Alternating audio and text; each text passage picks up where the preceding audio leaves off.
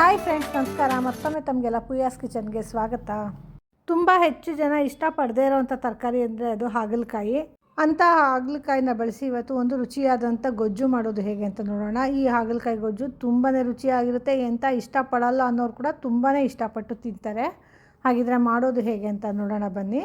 ಇದಕ್ಕೆ ನಾನು ಅರ್ಧ KGಯಷ್ಟು ಹಾಗಲಕಾಯಿ ತೊಗೊಂಡಿದ್ದೀನಿ. ಈ ಹಾಗಲಕಾಯಿನ ಸಣ್ಣದಾಗಿ ಕಟ್ ಮಾಡಿ ಇಟ್ಕೊಂಡಿದ್ದೀನಿ. ನೋಡಿ, ಇಷ್ಟಿಷ್ಟುದ ಪೀಸು, ಮಧ್ಯದಲ್ಲಿ ಬೀಜ ತೆಗೆದು ಹಾಗಲಕಾಯಿನ 4 ಭಾಗ ಮಾಡಿಕೊಂಡು ಈ ರೀತಿ ಸಣ್ಣದಾಗಿ ಕಟ್ ಮಾಡಿ ಇಟ್ಕೊಂಡಿದ್ದೀನಿ. ಈ ರೀತಿ ಕಟ್ ಮಾಡ್ಕೊಳ್ಳೋದ್ರಿಂದ ಹಾಗಲಕಾಯಿ ತಿನ್ನೋವಾಗ ಬಾಯಿಗೆ ಸಿಗುತ್ತೆ. ಹಾಗೆ ಫ್ರೈ ಮಾಡ್ಕೊಳ್ಬೇಕು ಕೂಡ ಅಷ್ಟೇ, ಕರೆಕ್ಟಾಗಿ ಹದವಾಗಿ ಫ್ರೈ ಆಗುತ್ತೆ. ಈಗ ನೋಡಿ, ಮೊದಲಿಗೆ ಈ ಹಾಗಲಕಾಯಿನ ಫ್ರೈ ಮಾಡ್ಕೊಳ್ಳೋಣ ಬನ್ನಿ. ಇದಕ್ಕೆ ನಾನೊಂದು 4 ಟೇಬಲ್ ಸ್ಪೂನಷ್ಟು ಎಣ್ಣೆ ತೊಗೊಂಡಿದ್ದೀನಿ. ಈ ಎಣ್ಣೆ ಸ್ವಲ್ಪ ಬಿಸಿ ಆದ ನಂತರ ಈ ಕಟ್ ಮಾಡಿ ಇಟ್ಕೊಂಡಿರೋಂಥ ಹಾಗಲಕಾಯಿನ ಈ ಎಣ್ಣೆಯಲ್ಲಿ ಚೆನ್ನಾಗಿ ಫ್ರೈ ಮಾಡ್ಕೊತಾ ಇದ್ದೀನಿ.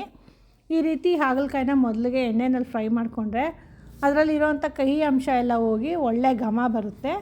ಹೀಗೆ ಫ್ರೈ ಮಾಡೋವಾಗ ಆ ಹಾಗಲಕಾಯ್ದು ಹಸಿ ವಾಸನೆ ಎಲ್ಲ ಹೋಗಿ ಒಳ್ಳೆ ಘಮ ಬರೋಕ್ಕೆ ಶುರುವಾಗುತ್ತೆ. ಅಲ್ಲಿ ತನಕ ಫ್ರೈ ಮಾಡ್ಕೋಬೇಕು. ಇದು ಸುಮಾರು ಒಂದು 10-12 ನಿಮಿಷ ಆಗುತ್ತೆ. ಮೀಡಿಯಮ್ ಫ್ಲೇಮಲ್ಲಿ ಚೆನ್ನಾಗಿ ಫ್ರೈ ಮಾಡ್ಕೋಬೇಕು. ಹೀಗೆ ಫ್ರೈ ಮಾಡ್ಕೊಳ್ಳೋವಾಗ ಹಾಗಲಕಾಯಿ ಕ್ರಿಸ್ಪಿ ಕೂಡ ಆಗುತ್ತೆ, ಹಾಗೆ ಚೆನ್ನಾಗಿ ಫ್ರೈ ಆಗುತ್ತೆ. ಆಗ ಅದ್ರದ್ದು ಕಹಿ ಅಂಶ ಎಲ್ಲ ಹೋಗುತ್ತೆ. ನೋಡಿ, ಈಗ ಇದು ಚೆನ್ನಾಗಿ ಫ್ರೈ ಆಗಿದೆ. ಎಣ್ಣೆ ಎಲ್ಲ ಬಿಟ್ಟು ಬರ್ತಿದೆ ಹಾಗಲಕಾಯಿಯಿಂದ. ಹಾಗೆಯೇ ನೋಡಿರಿ ಎಷ್ಟು ಕೆಂಪಗಾಗಿದೆ, ಚೆನ್ನಾಗಿ ಫ್ರೈ ಆಗಿ. ಹೀಗೆ ಹುರಿಯೋವಾಗಲೇ ಅದರ ಘಮದಿಂದನೇ ಗೊತ್ತಾಗುತ್ತೆ ಅದು ಚೆನ್ನಾಗಿ ಫ್ರೈ ಆಗಿದೆ, ಹಾಗೆ ಕಹಿ ಎಲ್ಲ ಹೋಗಿದೆ ಅಂತ. ಈಗ ಇದನ್ನು ಈ ಹಾಗಲಕಾಯಿನ ಪಕ್ಕಕ್ಕೆ ತೆಗೆದಿಟ್ಕೊಳ್ಳೋಣ ಬೇರೆ ಪ್ಲೇಟ್ಗೆ.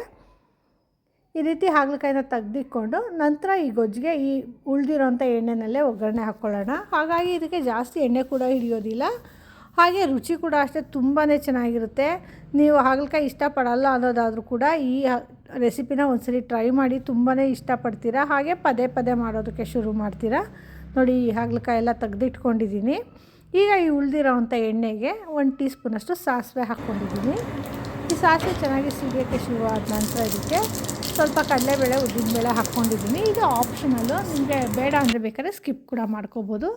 ಈ ಕಡಲೆಬೇಳೆ, ಉದ್ದಿನಬೇಳೆ ಸ್ವಲ್ಪ ಹೊಂಬಣ್ಣ ಬಂದ ನಂತರ ಇದಕ್ಕೆ 1-2 ಕಡ್ಡಿಯಷ್ಟು ಕರಿಬೇವು, ಹಾಗೆ 1-2 ಬ್ಯಾಡಗಿ ಮೆಣಸಿನ್ಕಾಯಿನ ಕೂಡ ಹಾಕ್ಕೊಂಡಿದ್ದೀನಿ. ಹಾಗೆ 2 ಮೀಡಿಯಮ್ ಸೈಜ್ ಈರುಳ್ಳಿನ ಈ ರೀತಿ ಸಣ್ಣದಾಗಿ ಕಟ್ ಮಾಡಿ ಹಾಕ್ಕೊಂಡಿದ್ದೀನಿ. ಈರುಳ್ಳಿ ಬಾಯಿಗೆ ಸಿಗಬೇಕು ಅಂತ ಅನ್ನೋರು ಬೇಕಾದ್ರೆ ಉದ್ದಕ್ಕೆ ಕೂಡ ಕಟ್ ಮಾಡಿ ಹಾಕ್ಕೋಬೋದು, ಚೆನ್ನಾಗೇ ಇರುತ್ತೆ. ಈ ರೀತಿ ಹಾಕ್ಕೊಳ್ಳೋದ್ರಿಂದ ಅದು ಚೆನ್ನಾಗಿ ಗೊಜ್ಜಲ್ಲಿ ಕರಗೋಗುತ್ತೆ ಸಣ್ಣದಾಗಿ ಹಾಕ್ಕೊಳ್ಳೋದ್ರಿಂದ. ಈಗ ಈ ಈರುಳ್ಳಿ ಕಲರ್ ಚೇಂಜ್ ಆಗೋ ತನಕ ಚೆನ್ನಾಗಿ ಫ್ರೈ ಮಾಡ್ಕೋಬೇಕು. ಈಗ ನೋಡಿ, ಇದು ಚೆನ್ನಾಗಿ ಬಣ್ಣ ಬದಲಾಗಿದೆ. ಈಗ ಇದಕ್ಕೆ ನಾನು 1-2 ಟೇಬಲ್ ಸ್ಪೂನಷ್ಟು ಸಾಂಬಾರು ಪೌಡರ್ ಹಾಕ್ಕೊಂಡಿದ್ದೀನಿ. ಒಂದು ವೇಳೆ ನಿಮ್ಮ ಹತ್ರ ಸಾಂಬಾರು ಪೌಡರ್ ಇಲ್ಲ ಅನ್ನೋದಾದರೆ 1 ಸ್ಪೂನಷ್ಟು ಚಿಲ್ಲಿ ಪೌಡರು, 1 ಸ್ಪೂನಷ್ಟು ಧನಿಯಾ ಪೌಡರು, ಹಾಗೆ ಅರ್ಧ ಸ್ಪೂನಷ್ಟು ಜೀರಿಗೆ ಪೌಡರ್ ಕೂಡ ಹಾಕ್ಕೋಬೋದು, ಅದು ಕೂಡ ಚೆನ್ನಾಗಿರುತ್ತೆ. ಹಾಗೆ 1-2 ಟೇಬಲ್ ಸ್ಪೂನಷ್ಟು ಹುಣಸೆ ಹಣ್ಣಿನ ರಸ ಕೂಡ ಹಾಕ್ಕೊಂಡಿದ್ದೀನಿ. ಈಗ ಹಾಕ್ಕೊಂಡು ಇದನ್ನು ಚೆನ್ನಾಗಿ ಈ ಈರುಳ್ಳಿ ಒಗ್ಗರಣೆಯಲ್ಲಿ ಮಿಕ್ಸ್ ಮಾಡಿಕೊಂಡು ನಂತರ ಸ್ವಲ್ಪ ನೀರು ಹಾಕ್ಕೊಂಡಿದ್ದೀನಿ.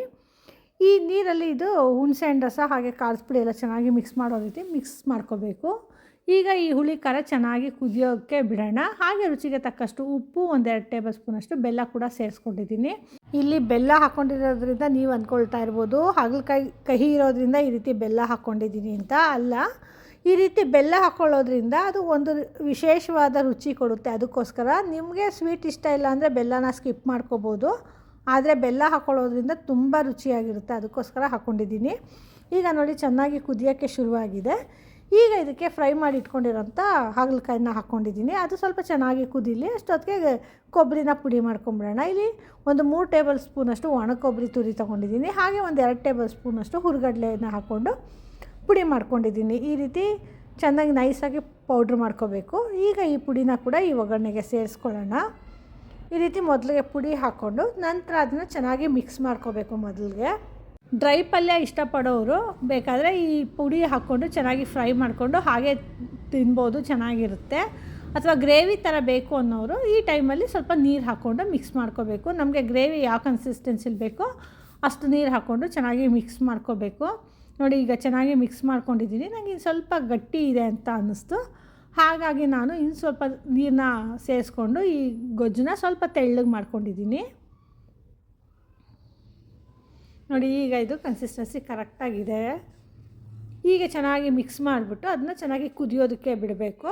ಒಂದು 5 ನಿಮಿಷ ಕುದ್ರೆ ಈಗಾಗಲೇ ಹುಳಿ ಖಾರ ಸಪ್ರೇಟಾಗಿ ಮೊದಲೇ ಕುದ್ದಿದೆಯಲ್ಲ, ಹಾಗಾಗಿ ಈ ರೀತಿ ಎಣ್ಣೆ ಬಿಟ್ಟು ಬರೋ ರೀತಿ ಕುದ್ರೆ ಈ ಗೊಜ್ಜು ಸಿದ್ಧ ಆಗುತ್ತೆ. ನೋಡಿ ಇಲ್ಲಿ ಸುತ್ತು ಎಣ್ಣೆ ಬಿಟ್ಟಿದೆ. ಹಾಗೆ ಗ್ರೇವಿ ಕನ್ಸಿಸ್ಟೆನ್ಸಿ ಕೂಡ ಅಷ್ಟೇ ನೋಡಿ ಎಷ್ಟು ಕರೆಕ್ಟಾಗಿದೆ. ರುಚಿಕರವಾದಂಥ ಹಾಗಲಕಾಯಿ ಗೊಜ್ಜು ಸಿದ್ಧ ಆಗಿದೆ. ಈ ಗೊಜ್ಜು ಚಪಾತಿ ಹಾಗೆ ಅಕ್ಕಿ ರೊಟ್ಟಿ ಜೊತೆ ತುಂಬಾ ಚೆನ್ನಾಗಿರುತ್ತೆ. ಹಾಗೆಯೇ ಬಿಸಿ ಅನ್ನದ ಜೊತೆ ತುಪ್ಪ ಹಾಕ್ಕೊಂಡು ಈ ಗೊಜ್ಜು ಹಾಕ್ಕೊಂಡು ಕಲಿಸ್ಕೊಂಡು ತಿಂದ್ರಂತೂ ತುಂಬಾ ಚೆನ್ನಾಗಿರುತ್ತೆ. ಈ ರೆಸಿಪಿ ನಿಮಗೆ ಇಷ್ಟ ಆಯಿತಾ? ಹಾಗಿದ್ರೆ ಖಂಡಿತ ನೀವು ಟ್ರೈ ಮಾಡಿ ಹೇಗೆ ಬಂತು ಅಂತ ನಮಗೆ ಫೀಡ್ಬ್ಯಾಕ್ ಕೊಡಿ. ಹಾಗೆ ಇಂಥ ಇನ್ನೂ ಹೆಚ್ಚು ವೀಡಿಯೋಸ್ಗಳಿಗಾಗಿ ನಮ್ಮ ಪೂಯಾಸ್ ಕಿಚನ್ನ ಲೈಕ್ ಮಾಡಿ, ಶೇರ್ ಮಾಡಿ, ಹಾಗೆ ಸಬ್ಸ್ಕ್ರೈಬ್ ಮಾಡಿ. ಧನ್ಯವಾದಗಳು.